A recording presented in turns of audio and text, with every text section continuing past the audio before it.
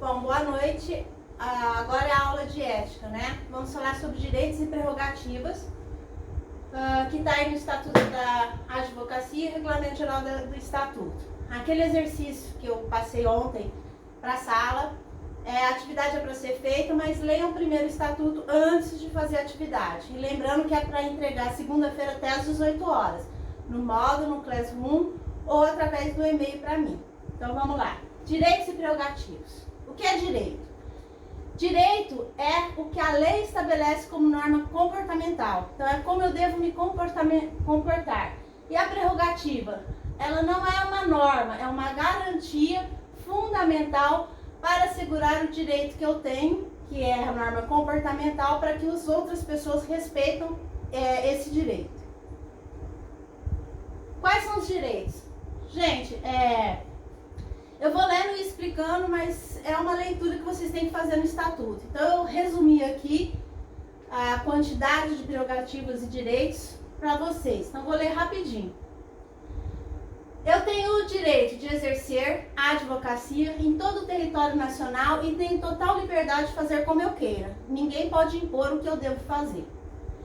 Inviolabilidade do local de trabalho, correspondência, escrita telefônica, telemática. Ou seja, quando eu estiver no exercício de advocacia, todos os meus documentos, tudo aquilo que eu tenho de cliente dentro do meu escritório, ele é inviolável.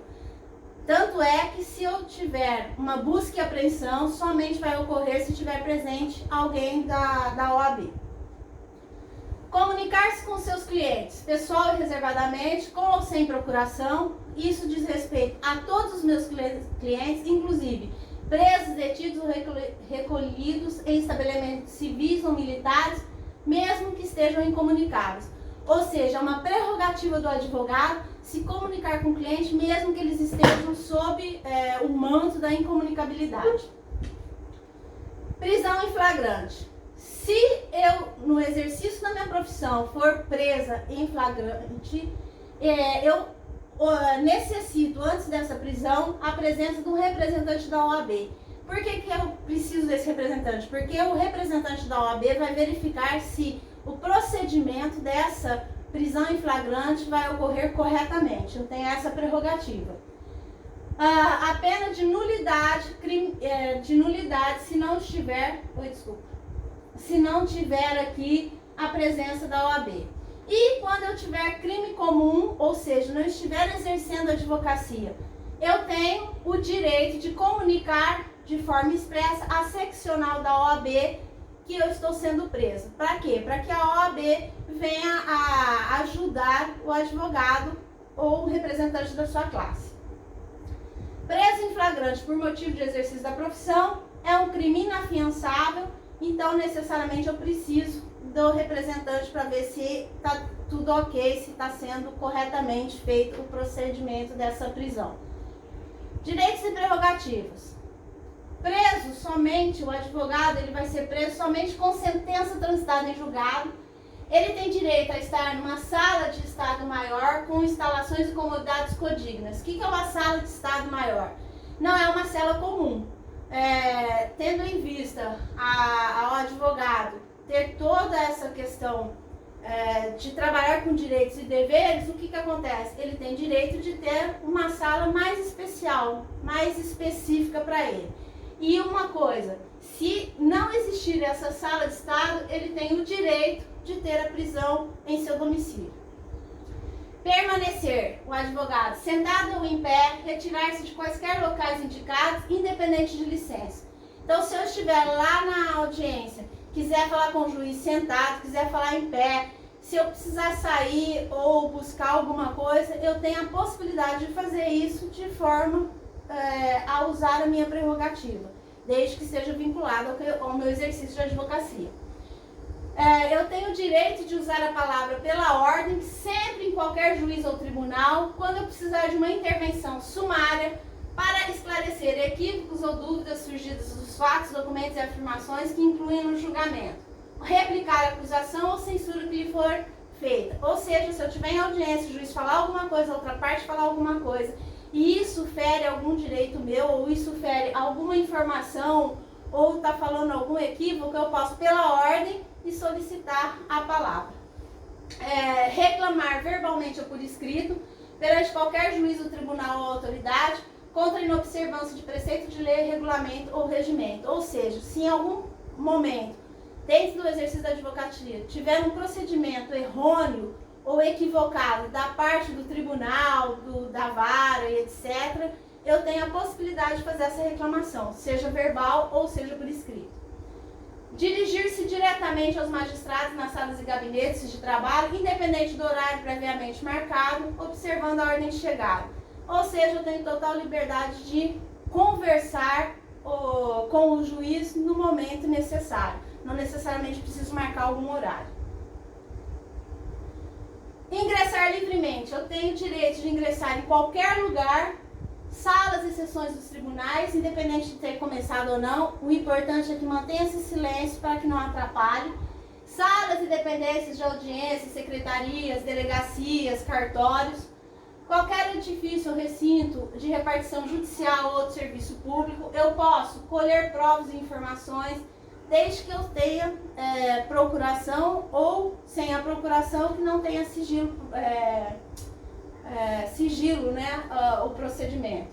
Qualquer assembleia ou reunião de que participe, eu possa participar, o seu cliente ou perante qualquer comparecer, desde que munido de poderes especiais. Ou seja, o advogado, dentro do seu exercício de advocacia, pode ingressar livremente em qualquer estabelecimento, desde que esteja ali exercendo a advocacia. Falar sentado ou em pé nos juízes dos tribunais, examinar qualquer órgão, poder judiciário, legislativo ou administração, autos de processos findos em andamento, sem procuração, observando o sigilo, obter cópias, apontamentos, etc. Lembrando que quando a gente fala em inquérito policial, às vezes o delegado impede que a gente visualize alguma prova. Ele só pode fazer isso se essa prova ainda estiver em investigação. Uma vez já juntada, ele não pode impedir que a gente olhe essas provas. A gente tem imunidade profissional, ou seja, a gente tem que falar o que é de direito, a gente tem que defender o direito dos clientes, portanto, a gente tem imunidade em relação ao exercício da nossa profissão de injúria e difamação. A manifestação do advogado quando ele estiver no seu exercício. Lembrando que quando houver excessos, há pedido do juiz para que ele retire lá algumas palavras faladas ou escritas por determinação judicial.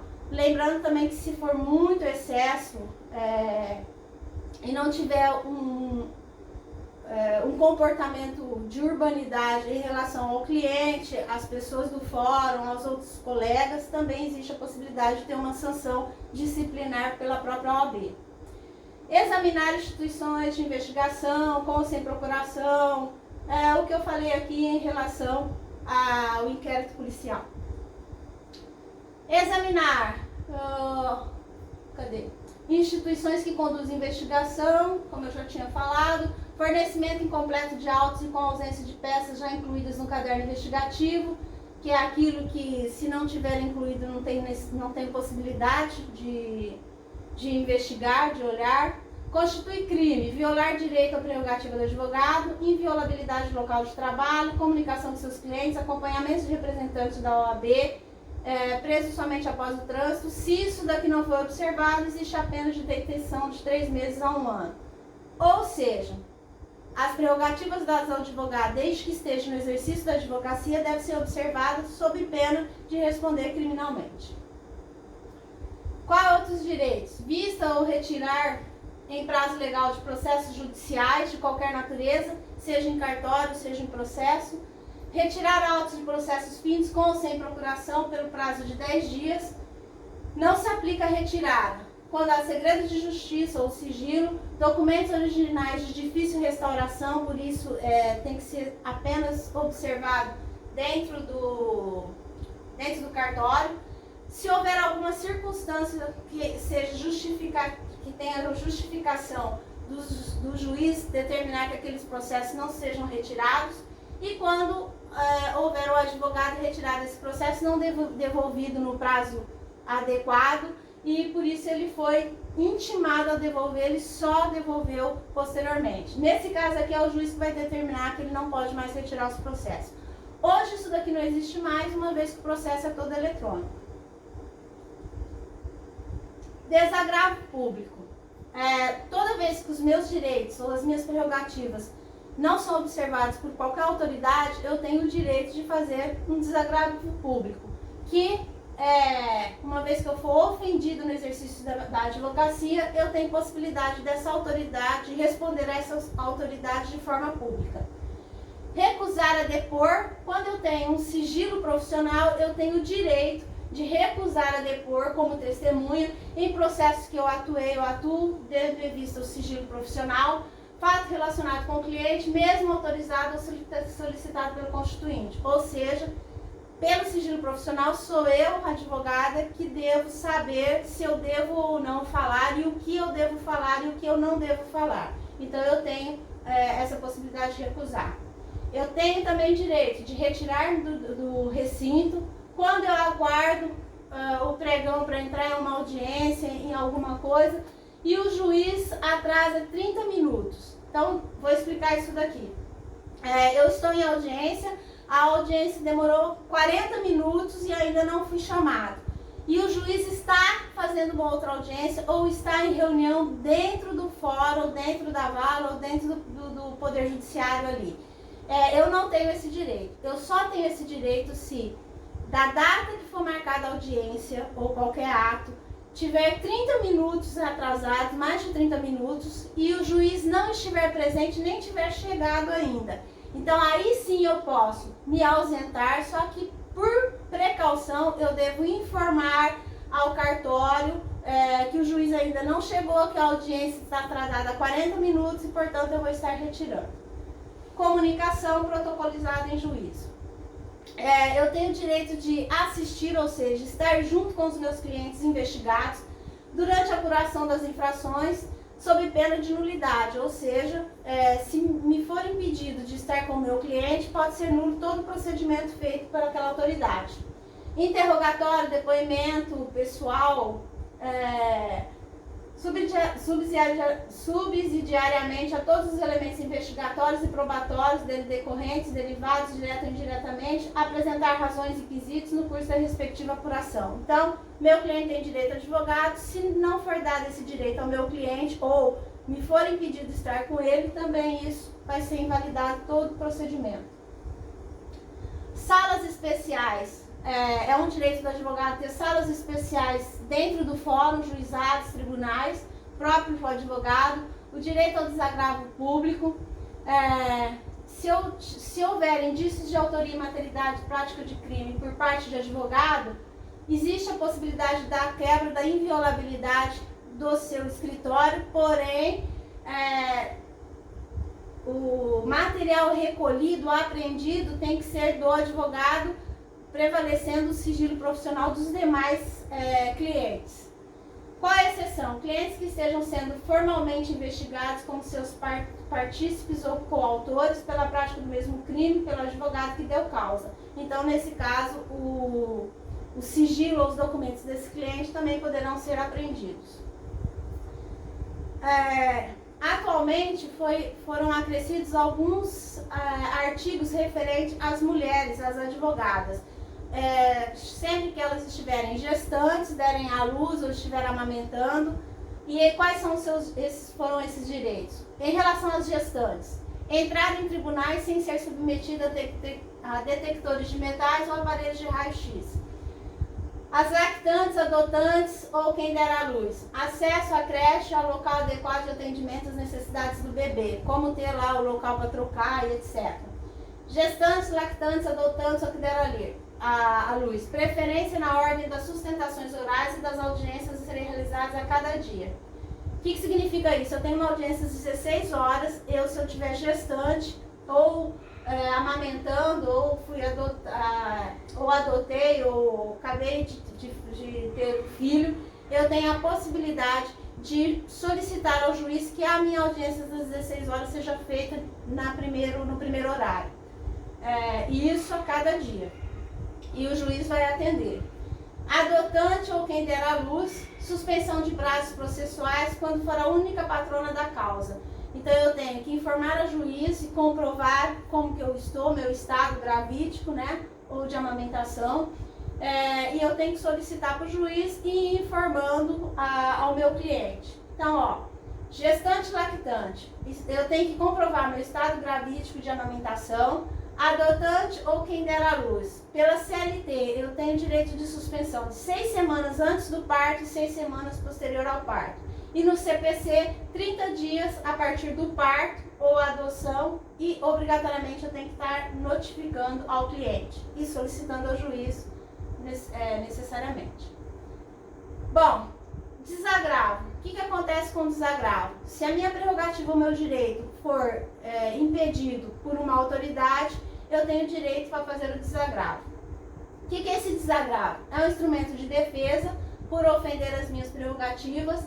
Não depende da concordância do advogado, ou seja, se a OAB ficar sabendo, ela solicita, é promovida e defendida pela OAB, é emitido pela seccional da inscrição do advogado, é um processo interno, ausência de penalização a terceiros, embora não isenta a responsabilidade criminal civil, ou seja, o advogado, a OAB não pode ir lá e punir, vamos supor, um juiz que não observou a prerrogativa, um delegado que não observou a prerrogativa. Mas ele tem o direito de fazer esse desagravo público, informando publicamente o que foi que aquela autoridade fez.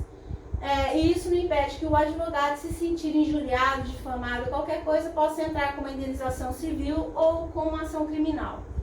É um ato público, em uma única sessão, e são atos sujeitos de desagravos.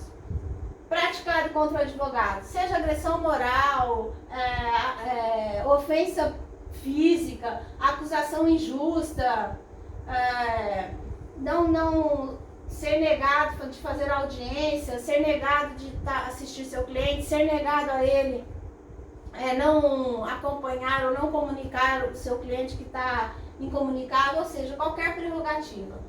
É uma moção, forma de dizer velada, que a classe está unida e que não admite o ataque às prerrogativas que foi sofrido pelo colega e que o próprio advogado não quer mais alarde sobre o ocorrido.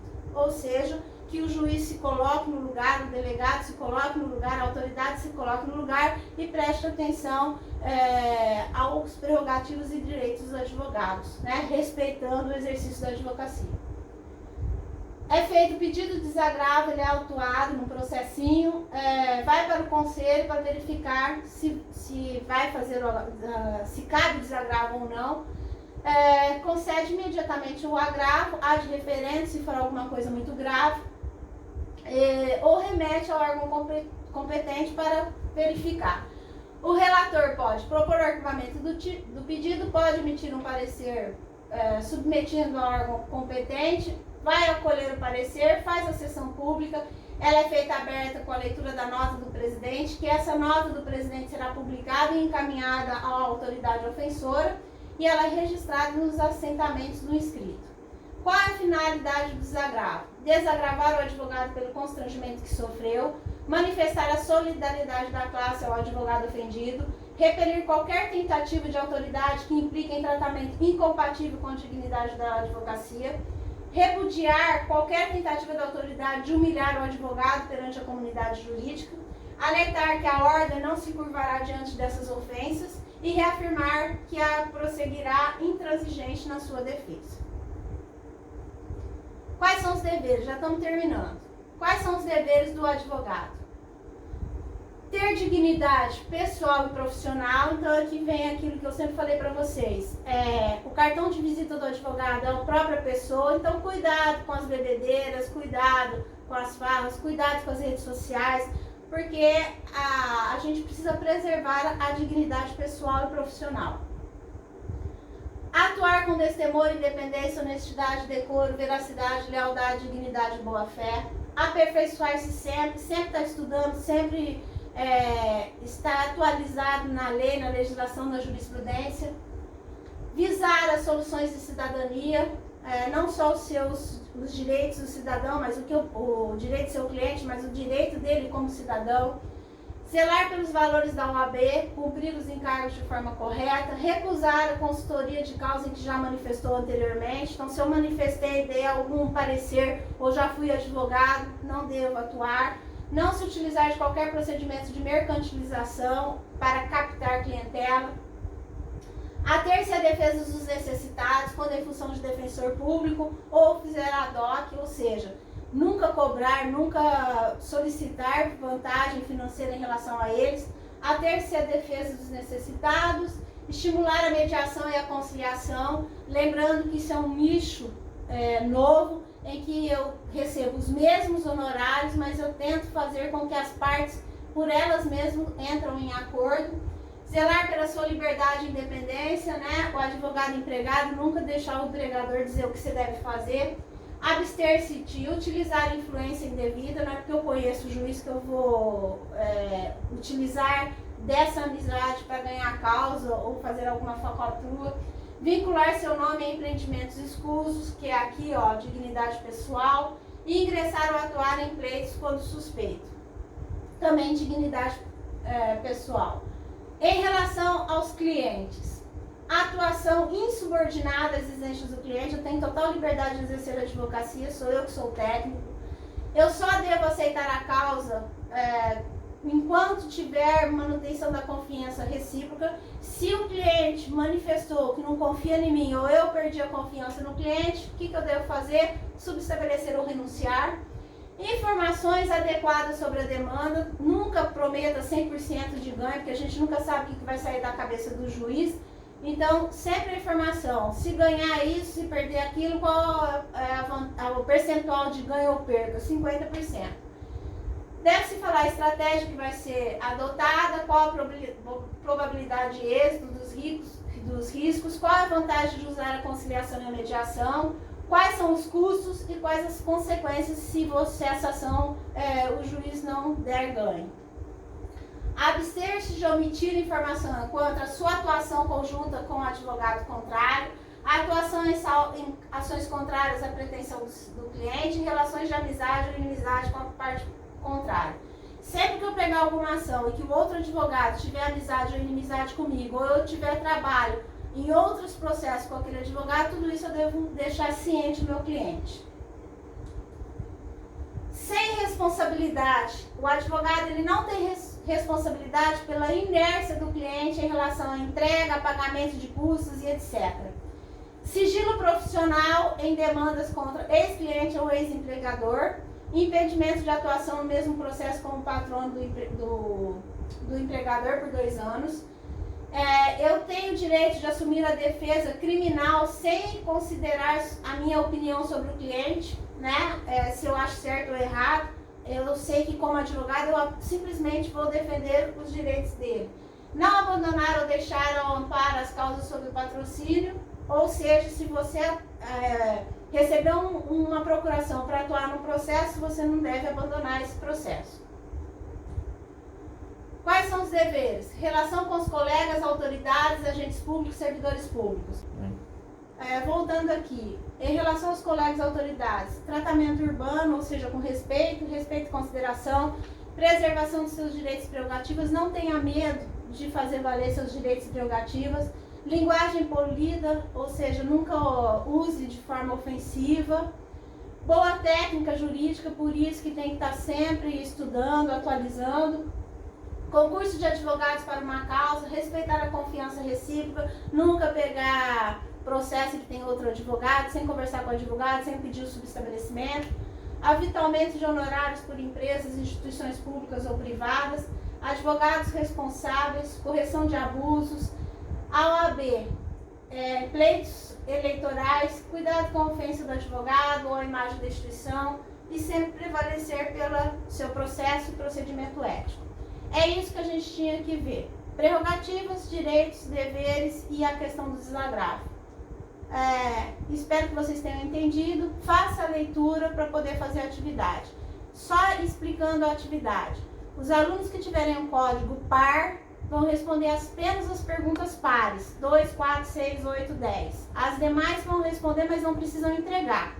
E os alunos com o código ímpar vão responder as questões 1, 3, 5 somente as ímpares, que precisam ser entregues, e vocês respondam as outras para o estudo, ok? Obrigada.